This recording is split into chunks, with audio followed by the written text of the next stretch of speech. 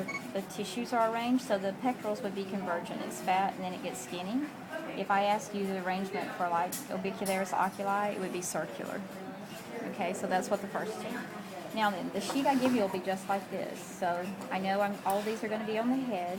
So frontalis is the forehead, remember. Orbicularis oculi is the circle around the eye. Orbicularis oris is the circle around the corner of the mouth. Masseter is the side of the face. Temporalis is the top of the head. And sternocleidomastoid was this V under the neck. Are we good with that one? Yep.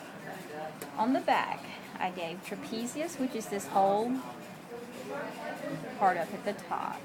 Latissimus dorsi is the flap. Then supraspinatus, remember, was the top of the scapula. Infraspinatus is under that, teres major under that. So supraspinatus, infraspinatus, teres major. External oblique was his belly, and rhomboids were these. Okay? Now then, the upper arm, we did deltoids were the shoulder, biceps at the top, triceps at the bottom, anconeus was the little elbow, brachialis is in between the biceps and the triceps. So deltoids, biceps, triceps, anconeus, brachialis. Now then, the fun part. Okay, all these are on the inside. I start with the short one, remember. These go on the other side. See how these are long, those are long? So that's my starting point. And remember, they're in order. So pronator teres, the flexor carpi radialis brevis, the flexor carpi radialis longus, palmaris longus, the flexor digitorum superficialis, and the feather stuff under it was profundus. And I gave pronator quadratus. Okay, so I gave pronator teres, the flexor brevis, the flexor longus, palmaris, superficialis, profundus, quadratus. Okay, on the top side, this cat's really dried. I gave brachioradialis that hangs off by itself, and I'll make sure it's one that's attached.